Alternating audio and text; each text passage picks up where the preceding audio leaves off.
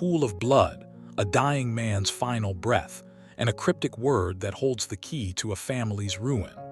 Welcome back. Today, we journey to the rolling hills of the countryside as we unravel one of the most intriguing cases in the career of the world's greatest detective. Sir Arthur Conan Doyle's The Boscombe Valley Mystery. When a young man stands accused of murdering his father, only Sherlock Holmes can see through the cloud of suspicion to find the truth hidden in the shadows. Before we step into the investigation, if you enjoy classic mysteries and timeless tales, be sure to hit the subscribe button and turn on notifications. Your support helps us keep these stories alive.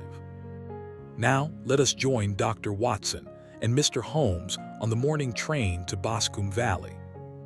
The Boscombe Valley Mystery. Arthur Conan Doyle. We were seated at breakfast one morning, my wife and I, when the maid brought in a telegram. It was from Sherlock Holmes and ran in this way: "Have you a couple of days to spare? Have just been wired from the west of England in connection with Boscombe Valley tragedy. Shall be glad if you will come with me. Air and scenery perfect. Leave Paddington by the 11:15. What do you say, dear?" said my wife, looking across at me. "Will you go?" I really don't know what to say. I have a fairly long list at present. Oh, Anstruther would do your work for you. You have been looking a little pale lately. I think that the change would do you good, and you are always so interested in Mr. Sherlock Holmes' cases. I should be ungrateful if I were not, seeing what I gained through one of them, I answered. But if I am to go, I must pack at once, for I have only half an hour. Experience of camp life in Afghanistan had at least had the effect of making me a prompt and ready traveler. My wants were few and simple, so that in less than the time stated I was in a cab with my valise, rattling away to Paddington Station.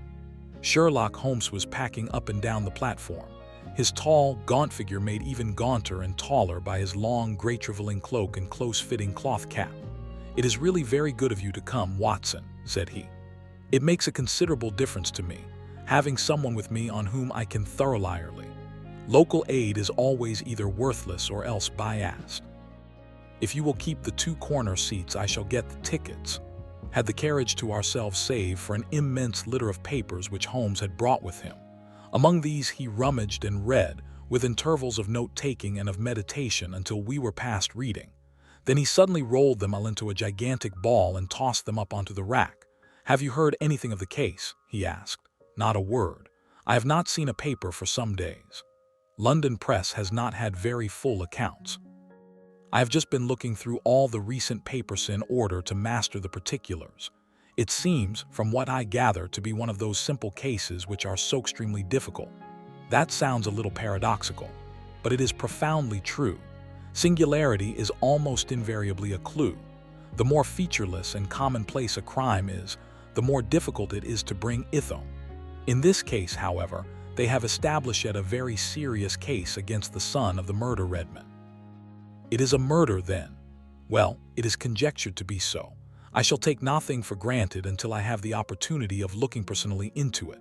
I will explain the state of things to you, as far as I have been able to understand it, in a very few words. Boscombe Valley is a country district not very far from Ross, in Herefordshire. The largest landed proprietor in that part is a Mr. John Turner, who made his money in Australia and returned some years ago to the old country. One of the farms which he held, that of Hatherley, was let to Mr. Charles McCarthy, who was also an ex-Australian. The men had known each other in the colonies, so that it was not unnatural that when they came to settle down they should do so as near each other as possible.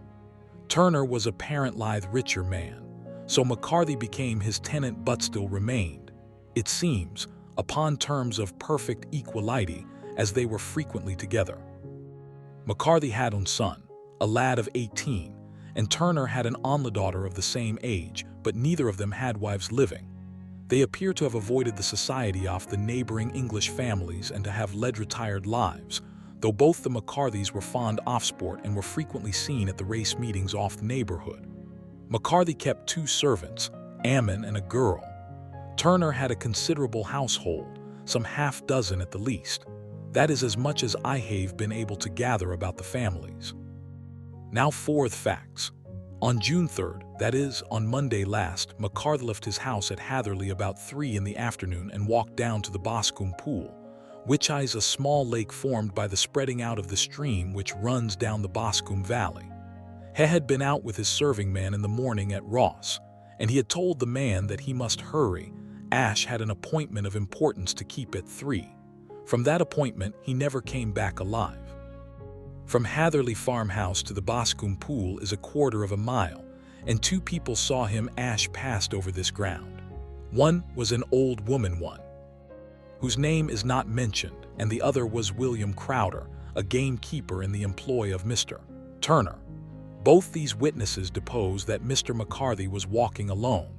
The gamekeeper adds that within a few minutes of his seeing Mr. McCarthy pass, he had seen his son, Mr. James McCarthy, going the same way with a gun under his arm. To the best of his belief, the father was actually in sight at the time, and the son was following him. He thought no more of the matter until he heard in the evening of the tragedy that had occurred. The 2 McCarthys were seen after the time when William Crowder, the gamekeeper, lost sight of them. The Boscombe Pool is thickly wooded round, with just a fringe of grass and of reeds round Thege. A girl of 14, Patience Moran, who is the daughter of the lodge keeper of the Boscombe Valley estate, was in one of the woods picking flowers. She states that while she was there she saw, at the border of the wood and close by the lake, Mr. McCarthy and his son, and that they appeared to be having a violent quarrel.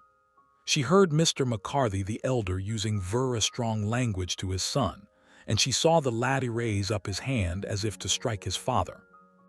She was frightened by their violence that she ran away and told her mother, when she reached home, that she had left the 2 McCarthys quarreling near Boscombe Pool, and that she was afraid that they were going to fight. She had hardly said the words when young Mr. McCarthy came running up to the lodge to say that he had found his father dead in the wood, and to ask for the help of the lodge keeper. He was much excited, without either his gun or his hat, and his right hand on sleeve were observed to be stained with fresh blood. On following him, they found the dead body stretched out upon the grass beside the pool. The head had been beaten in by repeated blows of some heavy and blunt weapon. The injuries were such as might very well have been inflicted by the butt end of his son's gun, which was found lying on the grass within a few paces of the body. Under these circumstances, the young man was instantly arrested, and a verdict of willful murder having been returned at Thanquest on Tuesday, he was on Wednesday brought before the magistrates at Ross, who have referred the case to the next assizes. Those are the main facts of the case as they came out before the coroner and the police court. I could hardly imagine a more damning case, I remarked. If ever circumstantial evidence pointed to a criminal, it does so here. Circumstantial evidence is a very tricky thing, answered Holmes thoughtfully. It may seem to point very straight to one thing, but if you shift your own point of view a little, you may find it pointing in an equally uncompromising manner to something entirely different. It must be confessed, however, that the case looks exceedingly grave against the young man, and it is very possible that he is indeed the culprit. There are several people in the neighborhood, however, and among them Miss Turner, the daughter of the neighboring landowner, who believe in his innocence, and who have retained Lestrade, whom you may recollect in connection with the study in Scarlet, to work out the case in his interest. Lestrade, being rather puzzled, has referred the case to me, and hence it is that 2 middle-aged gentlemen are flying westward at 50 miles an hour instead of quietly digesting their breakfasts at home. I am afraid, said I, that the facts are so obvious that you will find little credit to be gained out of this case. Is nothing more deceptive than an obvious fact, he answered, laughing. Besides, we may chance to hit upon some other obvious facts which may have been by no means obvious to Mr. Lestrade. You know me too well to think that I am boasting when I say that I shall either confirm or destroy his theory by means which he is quite incapable of employing, or even of understanding. To take the first example to hand, I very clearly perceive that in your bedroom the window is upon the right-hand side, and yet I question whether Mr. Lestrade would have noted even so self-evident a thing as that. How on earth, my dear fellow, I know you well, I know the military neatness which characterizes you. You shave every morning, and in this season you shave by the sunlight. But since your shaving is less and less complete as we get farther back on the left side, until it becomes positively slovenly as we get round the angle off the jaw, it is surely very clear that that side is less illuminated than the other. I could not imagine a man of your habits looking at himself in an equal light and being satisfied with such a result. I only quote these as a trivial example of observation and inference. Therein lies my métier, and it is just possible that it may be of some service in the investigation which lies before us. There are one or two minor points which were brought out in the inquest, and which are worth considering. What are they? It appears that his arrest did not take place at Tones, but after the return to Hatherley Farm, on the 2. Inspector of Constabulary informing him that he was a prisoner, he remarked that he was not surprised to hear it, and that it was no more than his deserts. This observation of his had the natural effect of removing any traces of doubt which might have remained in the minds of the coroner's jury. It was a confession, I ejaculated, for it was followed by a protestation of in no sense. Coming on the top of such a damning series offense, it was at least a most suspicious remark. On the contrary, said Holmes, it is the brightest drift which I can at present see in the clouds. However innocent he might be, he could not be such an absolute imbecile as not to see that the circumstances were very black against him. Had he appeared surprised at his own arrest, or feigned indignation at it, I should have looked upon it as highly suspicious, because of such surprise or anger would not be natural under the circumstances, and yet might appear to be the best policy to a scheming man. His frank acceptance of the situation marks him as either an innocent man, or else as a man of considerable self-restraint and firmness. As to his remark about his deserts, it was also not unnatural if you consider that he stood beside the dead body of his father, and that there is no doubt Thave had that very day so far forgotten his filial duty as to bandy words with him, and even, according to the little girl whose evidence is so important, to raise his hand as if to strike him. The self-reproach and contrition which are displayed in his remark appeared to me to be the signs of a healthy mind rather than of a guilty one. I shook my head. Many men have been hanged on far slighter evidence, I remarked. They have, and many men have been wrongfully hanged. What is the young man's own account of the matter? It is, I am afraid, not very encouraging to his supporters, though there are one or two points in it which are suggestive. You will find it here and may read it for yourself. He picked out from his bundle a copy of the local Herefordshire paper, and having turned down the sheet, he pointed out the paragraph in which the unfortunate young man had given his own statement of what had occurred. I settled myself down in the corner of the carriage and read it very carefully. It ran in this way: Mr. James McCarthy, the only son of the deceased, was then called and gave evidence as follows. I had been away from home for 3 days at Bristol, and had only just returned upon the morning of last Monday, the 3rd. My father was absent from home at the time of my arrival, and I was informed by the maid that he had driven over to Ross with John Cobb, the groom. Shortly after my return, I heard the wheels of his trap in the yard, and looking out of my window, I saw him get out and walk rapidly out of the yard, though I was not aware in which direction he was going. I then took my gun and strolled out in the direction of the Boscombe pool, with the intention of visiting the rabbit warren which is upon the other side. On my way I saw William Crowdare, the gamekeeper, as he had stated in his evidence, but he is mistaken in thinking that I was following my father. I had no idea Thave was in front of me. When about 100 yards from the pool I heard a cry of cooey, which was a usual signal between my father and myself. I then hurried forward and found him standing by the pool. He appeared to be much surprised at seeing me and asked me rather roughly what I was doing there. A conversation ensued which led to high words and almost to blows, for my father was a man of a very violent temper. Seeing that his passion was becoming ungovernable, I left him and returned towards Hatherley Farm.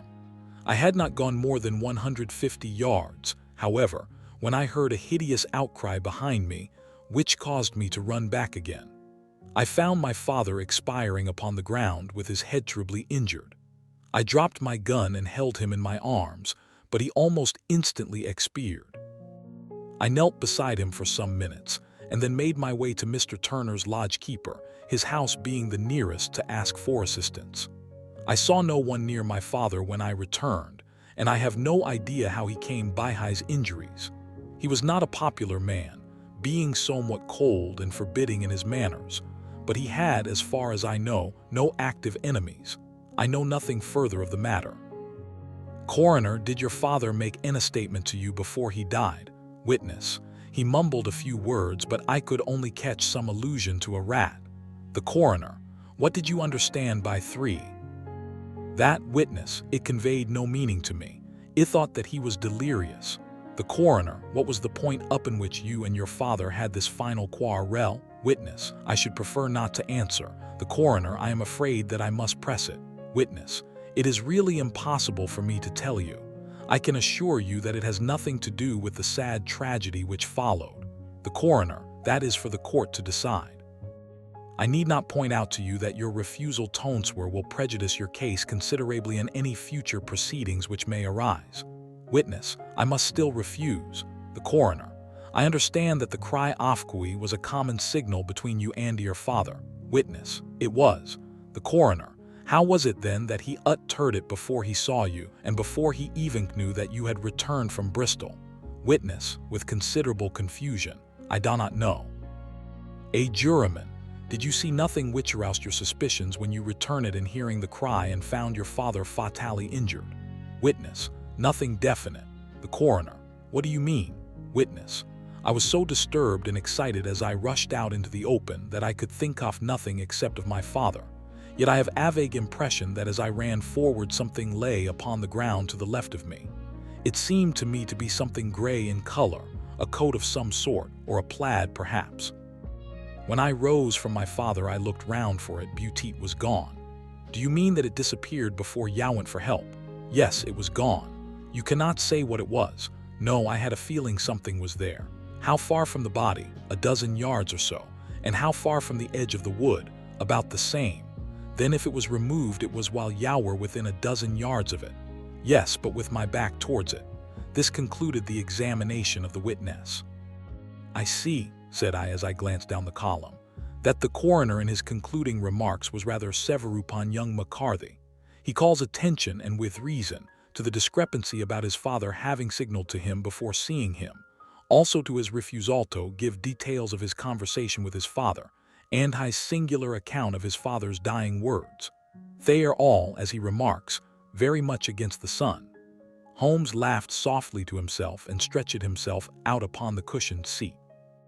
Both you and the coroner have been at some pains, said he, to single out the very strongest points in the young man's favor.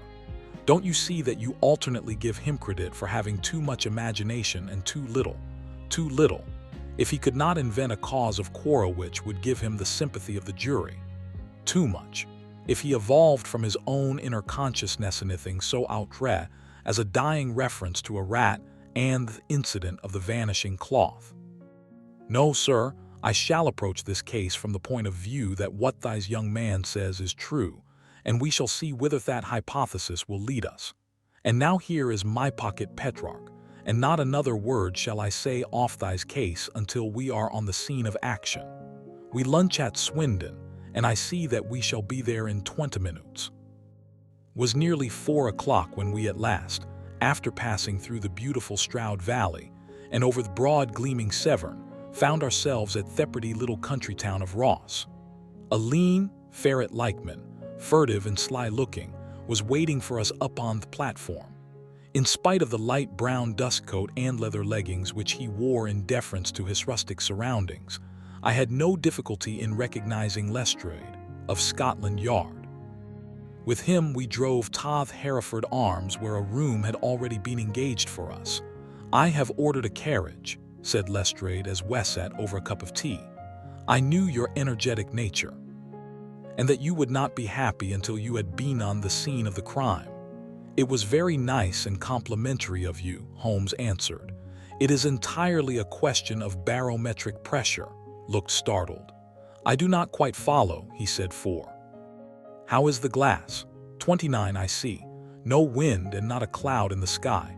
I have a case full of cigarettes here which need smoking, and the sofa is very much superior to the usual country hotel abomination.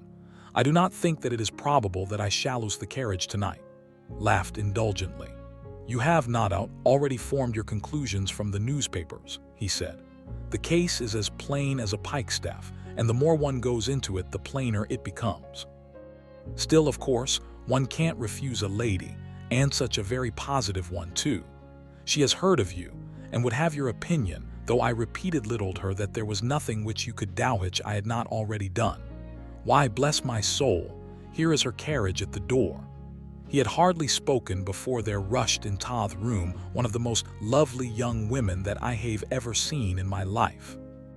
Her violet eyes shining, her lips parted, a pink flush upon her cheeks, all thought of her natural reserve lost in her overpowering excitement and concern.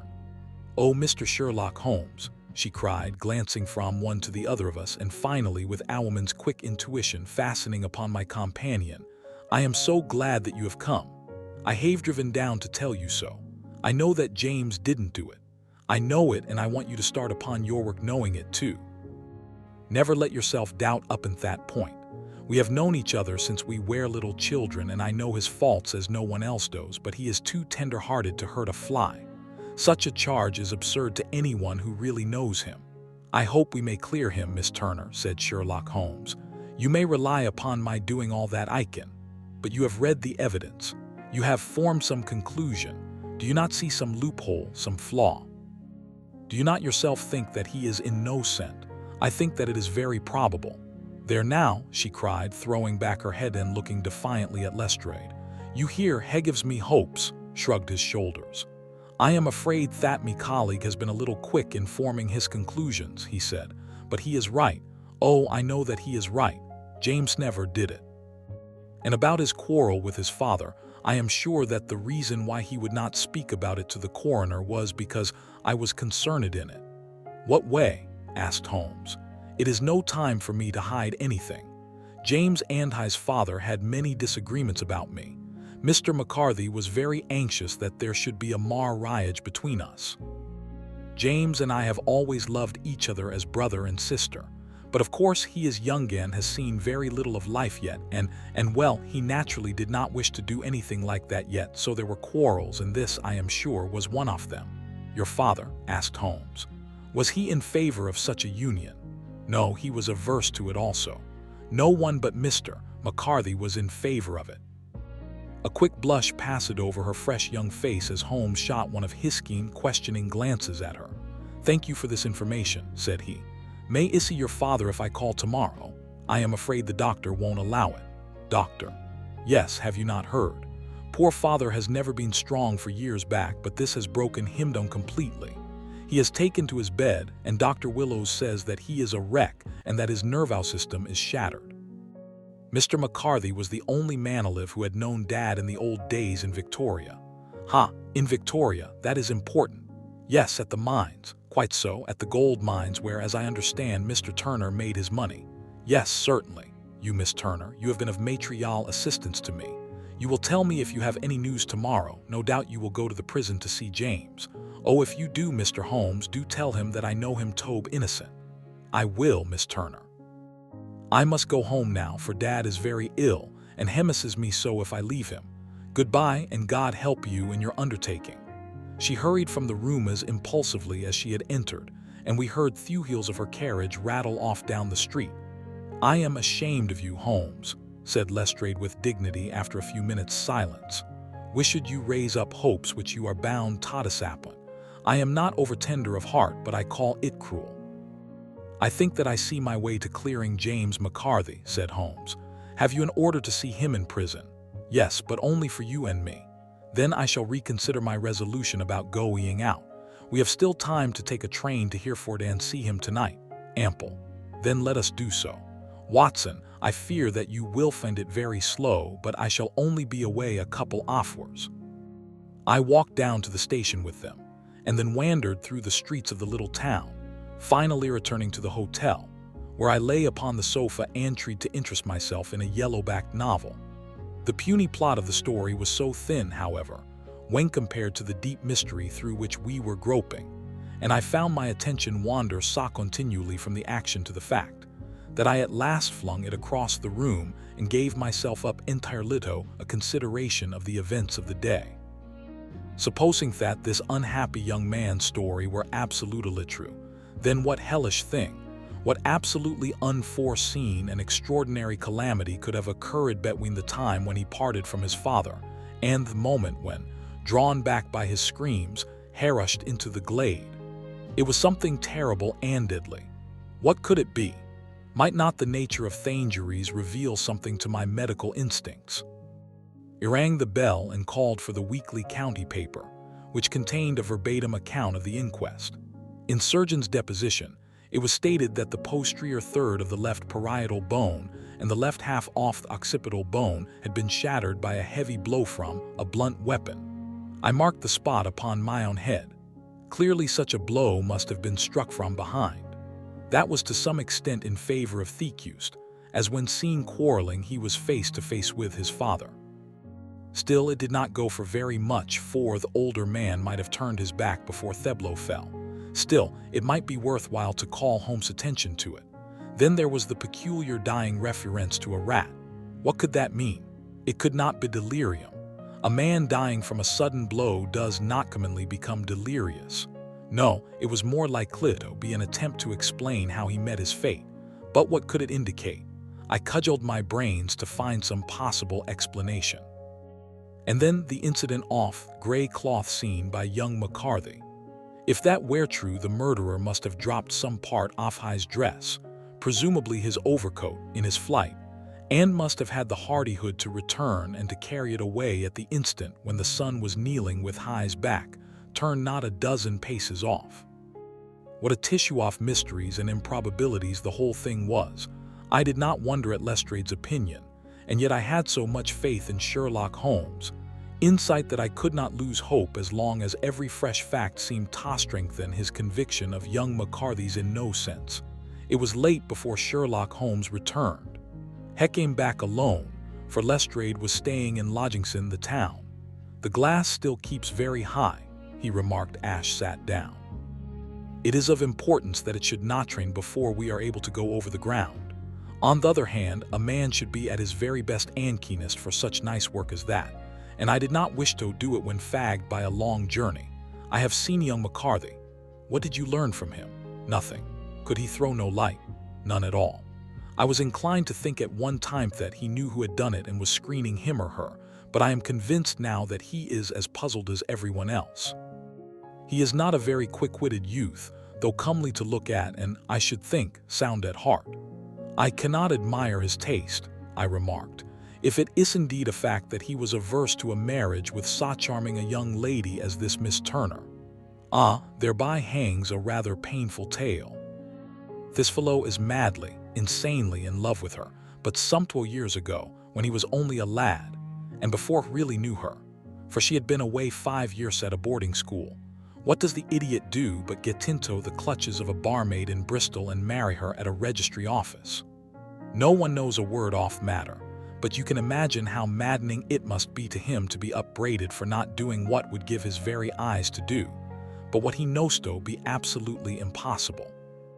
It was sheer frenzy off thy sort which made him throw his hands up into the air when his father, at their last interview, was goading him on to propose to Miss Turner.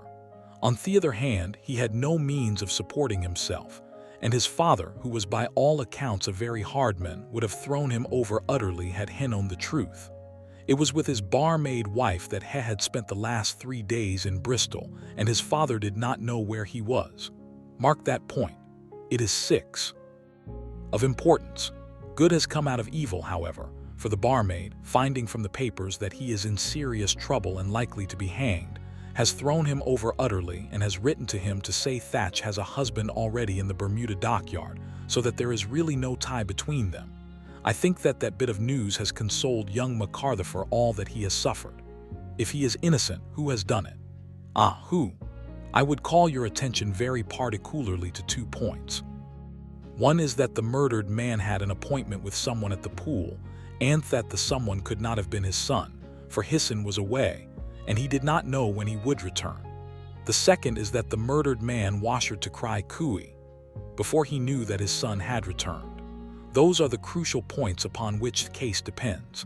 And now let us talk about George Meredith, if you please, and we shall leave all minor matters until tomorrow.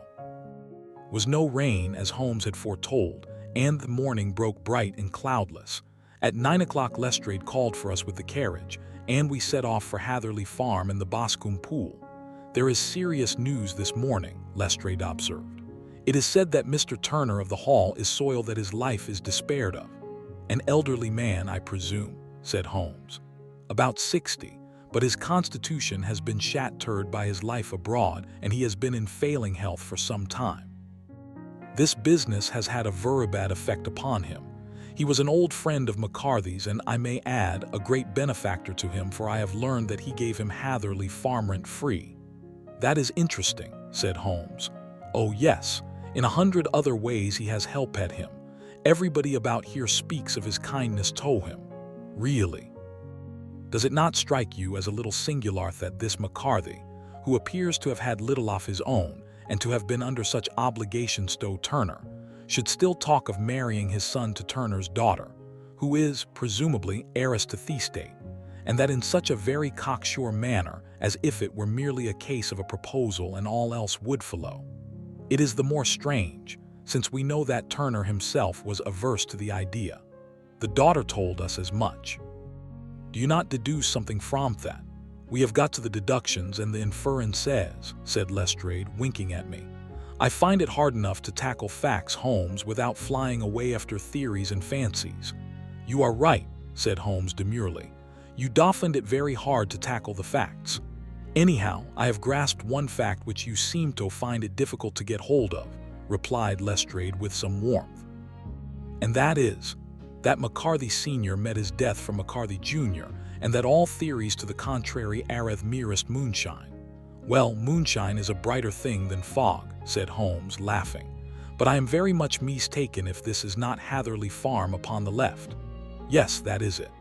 It was a widespread, comfortable-looking building, 2-storied, slate-roofed, with grady yellow blotches of lichen upon the gray walls. The drawn blinds and the smokeless chimneys, however, gave it a stricken look, as though the weight of Fisher still lay heavy upon it. We called at the door, when the maid, at Holmes' request, showed us the boots which her master wore at the time of his death, and also a pair of the son, though not the pair which had then had. Having measured these very carefully from 7 or 8 different points, Holmes desired to be led to the courtyard, from which we all followed the winding track which led to Boscombe Pool. Sherlock Holmes was transformed when he washed out upon such a scent as this. Men who had only known the quiet thinker and logician of Baker Street would have failed to recognize him. His face flushed and darkened. His brows were drawn into 2 hard black lines, while his eyes shone out from beneath them with a steely glitter. His face was bent downward, his shoulders bowed, his lips compressed, and the veins stood out like whipcord in his long, sinewy neck.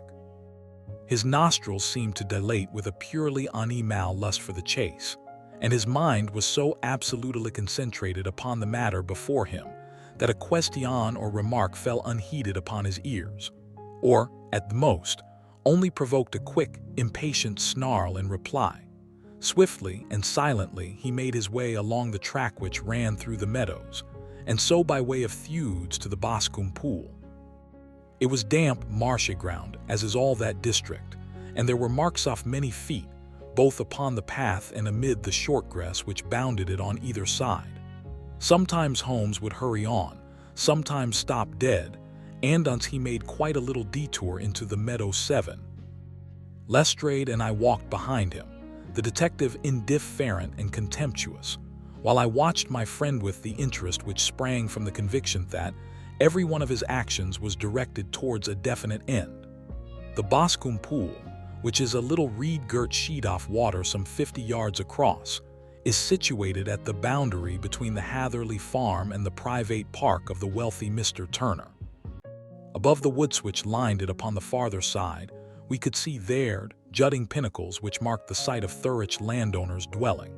On the Hatherley side off the pool, the woods grew very thick, and there was a narrow belt of sodden grass 20 paces across between the edge of the trees and the reeds which lined the lake.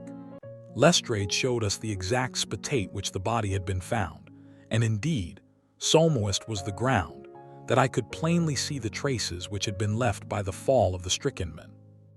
To Holmes, as I could see by his eager face and peering eyes, very many other things were to be read upon the trampled grass.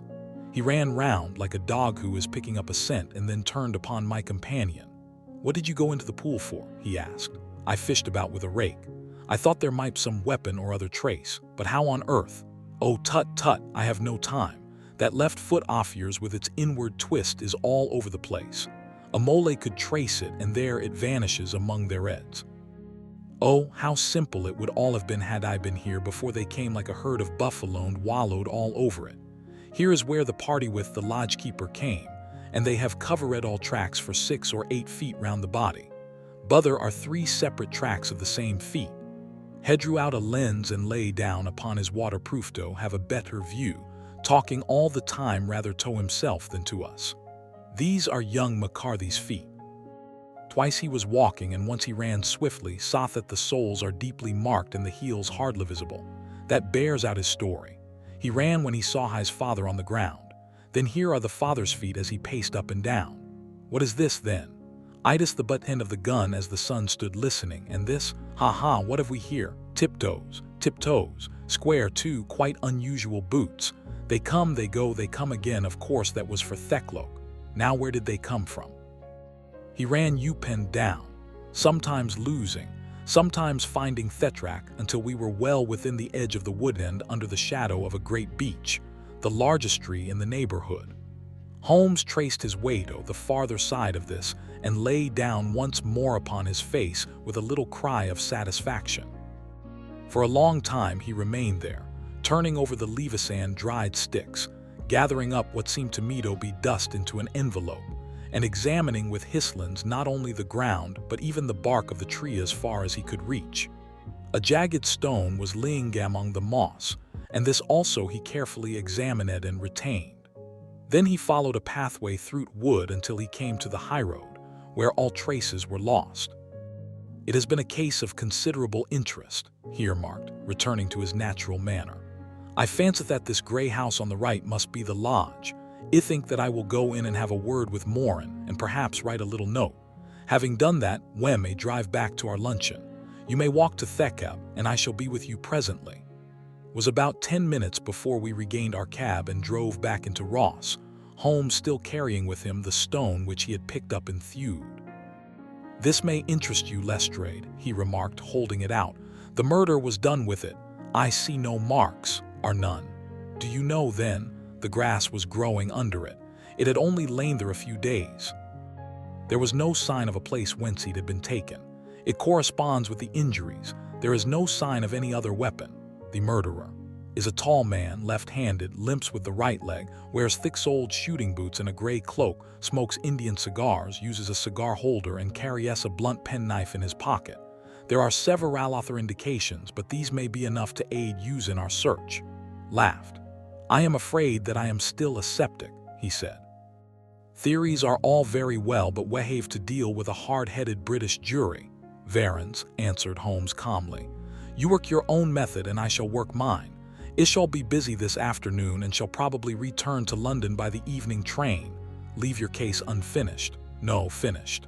But the mystery, it is solved." "8. Who was the criminal then?" "The gentleman I described." "But who is he? Surely it would not be difficult to find out. This is not such a populous neighborhood," shrugged his shoulders. "I am a practicoman," he said, "and I really cannot undertake to go about the country looking for a left-handed gentleman with a game leg. I should become the laughing-stock of Scotland Yard." "Right," said Holmes quietly. "I have given you the chance. Here are your lodgings. Goodbye. I shall drop you a line before I leave."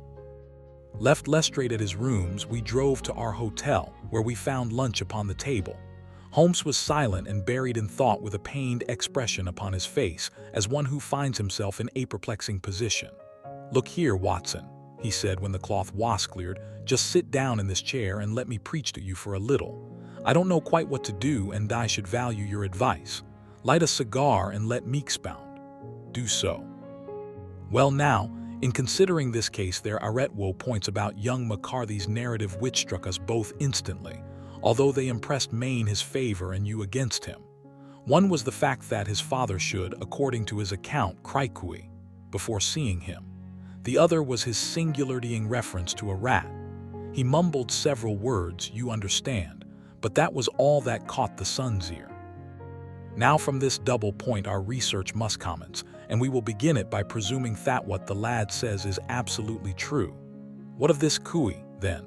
Well, obviously it could not have been meant for the son. The son, as far as he knew, was in Bristol. It was mere chance that he was within earshot. Theckway was meant to attract the attention of whoever it was that he had the appointment with. But cooey's a distinctly Australian cry, and one which is used between Australians. There is a strong presumption that the person whom McCarthy expected to meet him at Boscombe Pool was someone who had been in Australia. What of the rat, then? Sherlock Holmes took a folded paper from his pocket and flattened it out on the table. This is a map of the colony of Victoria, he said. I wired to Bristol for it last night. He put his hand over part off map. What do you read? Arat, I read, and now, he raised his hand. Ballarat. Quite so. That was the word the man uttered, and of which his son only caught the last two syllables.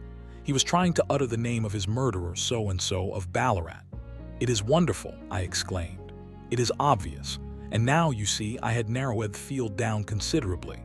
The possession of a grey garment was a third point which, granting the son's statement to be correct, was a certainty. We have come out of mere vagueness to the definite conception of an Australian from Ballarat with a grey cloak. Certainly. One who was at home in the district, for Thepple can only be approached by the farm or by the estate, where strangers could hardly wander. So, then comes our expedition of today. By an examination of the ground, I gained the trifling details which I gave to that imbecile Lestrade as to the personality of the criminal. How did you gain them? You know my method. It is founded upon the observation of trifles. Height I know that you might roughly judge from the length of his stride.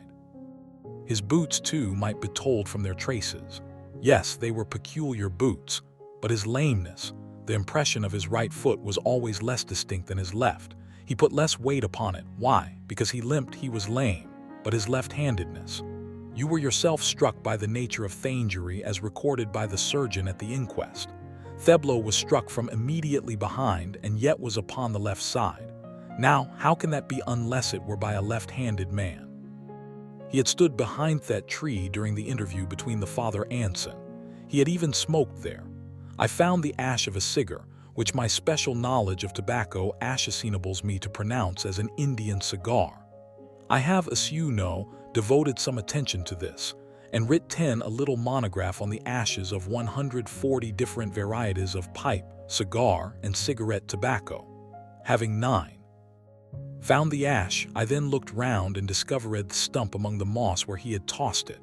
It was an Indian cigar of the variety which are rolled in Rotterdam. The cigar holder. I could see that the end had not been in his mouth, therefore he used a holder. The tip had been cut off, not bitten off, but the cut was not a clean one, so I used a blunt penknife. Holmes, I said, you have drawn a net round thighs man from which he cannot escape, and you have saved an innocent human life as truly as if you had cut the cord which was hanging him. I see the direction in which all this points. The culprit is Mr. John Turner, cried the hotel waiter, opening the door of our sitting room and ushering in a visitor. The man who entered was a strange and impressive figure. His slow, limping step and bowed shoulders gave the appearance of decrepitude, and yet his hard, deep-lined, craggy features, and his innermost limbs showed that he was possessed of unusual strength of body and of character.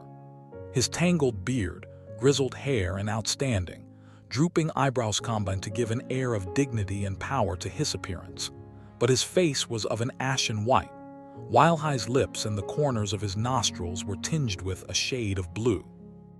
It was clear to me at a glance that he was in the grip of some deadly and chronic disease. "Pray sit down on the sofa," said Holmes gently. "You had my note." "Yes, the lodge-keeper brought it up. You said that you wished to see me here to avoid scandal. I thought people would talk if I went to the hall. And why did you wish to see me?" He looked across at my companion with despair in his weary eyes as though his question was already answered, said Holmes, answering the look rather than the words. It is so. I know all about McCarthy. The old man sank his face in his hands. God help me, he cried. But I would not have let the young man come to harm. I give you my word that I would have spoken out if it went against him at the assizes. I am glad to hear you say so, said Holmes gravely. I would have spoken now had it not been for my dear girl. It would break her heart. It will break her heart when she hears that I am arrested. It may not come to that, said Holmes. What? I am no official agent. I understand that it was your daughter who required my presence here and I am acting in her interests. Young McCarthy must be got off, however. I am a dying man, said old Turner. I have had habits for years. My doctor says it is a question whether I shall live a month, yet I would rather die under my own roof than in a jail. Holmes rose and sat down at the table with Hispin in his hand and a bundle of paper before him. Just tell us the truth, he said. I shall jot down Thefax. You will sign it and Watson here can witness it.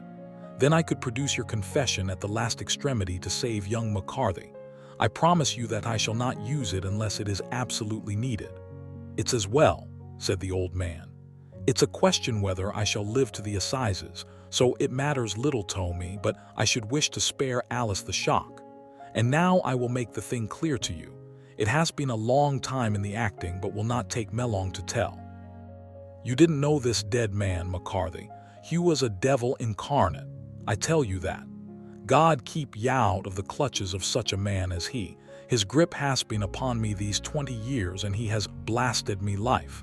I'll tell you first how I came to be in Hispor. It was in the early 60s at the diggings. I was a young chap then, hot-blooded and reckless, ready to turn my hand at anything. I got among bad companions, took to drink, had no luck with my claim, took to the bush, and in a word became what you would call over here a highway robber. There were 6 of us, and we had a wild, free life of it, sticking up a station from time to time, or stopping the wagons on thorough to the diggings. Black Jack of Ballarat was the name I went under, and our party is still remembered in the colony as the Ballarat Gang. One day a gold convoy came down from Ballarat o' Melbourne, and we lay in wait for it and attacked it. There were 6 troopers and 6 of us, so it was a closeting, but we emptied 4 of their saddles at the first volley. 3 of our boys were killed, however, before we got the swag. I put my pistol to the head of the wagon driver, who was this very man McCarthy. I wished to the Lord that I had shot him then, but I spared him, though I saw his wicked little eyes fixed on my face, as though to remember every feature. We got away with the gold, became wealthy men, and made our way over to England without being suspected. There I parted from my old pals and determined to settle down to a quiet and respectable life. I bought Thigh's estate, which chanced to be in the market, and I set myself to do a little good with my money, to make up for the way in which I had earned it.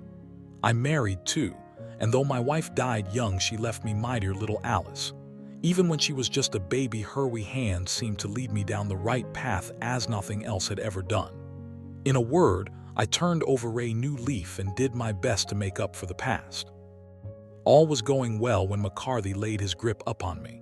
I had gone up to town about an investment, and I met him in Regent Street with hardly a coat to his back or a boot to his foot. Here we are, Jack, says he, touching me on the arm. We'll be as good as a family to you. There's 2 of us, me and my son, and you can have the keeping of us. If you don't, it's a fine, law-abiding country as England, and there's always a policeman within hail. Well, down they came to the West Country. There was no shaking them off, and there they have lived rent-free on my best land ever since. There was Norst for me, no peace, no forgetfulness. Turn where I would, there was his cunning, grinning face at my elbow. It grew worse as Alice grew up, for he soon saw I was more afraid of her knowing my past than of the police. Whatever he wanted he must have, and whatever it was I gave him without question, land, money, houses, until at last he asked a thing which I could not give. He asked for Alice. His son, you see, had grown up, and so had my girl, and as I was known to be in weak health, it seemed a fine stroke to him that his lad should step into the whole property. But there I was firm. I would not have his cursed stock mixed with mine. Not that I had any dislike to the lad, but his blood was in him, and that was enough. I stood firm. MacArthur threat. I braved him to do his worst. We were tomed at the pool midway between our houses to talk it over.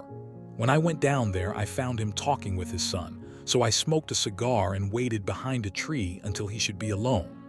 But as I listened Tohai's talk, all that was black and bitter in me see Medto come uppermost. He was urging his son to marry me daughter with as little regard for what she might think as if she were a slut from off the streets. It drove me mad to think that I and all that I held most dear should be in the power of such a man as this. Could I not snap the bond? I was already a dying and a desperate man. Though clear of mind and fairly strong of limb, I knew that my own fate was sealed. But my memory and my girl, both could be saved if I could but silence that foul tongue. I did it, Mr. Holmes. I would do it again. Deeply as I have sinned, I have led a life of martyrdom to atone for it. But that my girl should be entangled in the same meshes which held me was more than I could suffer. I struck him down with no more compunction than if he had been some foul and venomous beast. His cry brought back his son, but I had gained the cover of the wood, though I was forced to go back to fetch the cloak which I had dropped in my flight. That is the true story, gentlemen, of all that occurred. Well, it is not for me to judge you, said Holmes as the old man signed the statement which had been drawn out. I pray that we may never be exposed to such a temptation. I pray not, sir. And what do you intend to do? In view of your health, nothing. You are yourself aware that you will soon have to answer for your deed at a higher court than the assizes. I will keep your confession, and if McCarthy is condemned, I shall be forced to use it. If not, it shall never be seen by mortali, and your secret, whether you be alive or dead, shall be safe with us. Farewell, then, said the old man solemnly. Your own deathbeds, when they come, will be the easier for the thought of the peace which you have given Tommy. Tottering and shaking in all his giant frame, he stumbled slowly from the room. God help us, said Holmes after a long silence. Why does fate play such tricks with poor, helpless worms? I never hear of such a case as this that I do not think of Baxter's words, and say, there, but for the grace of God, goes Sherlock Holmes.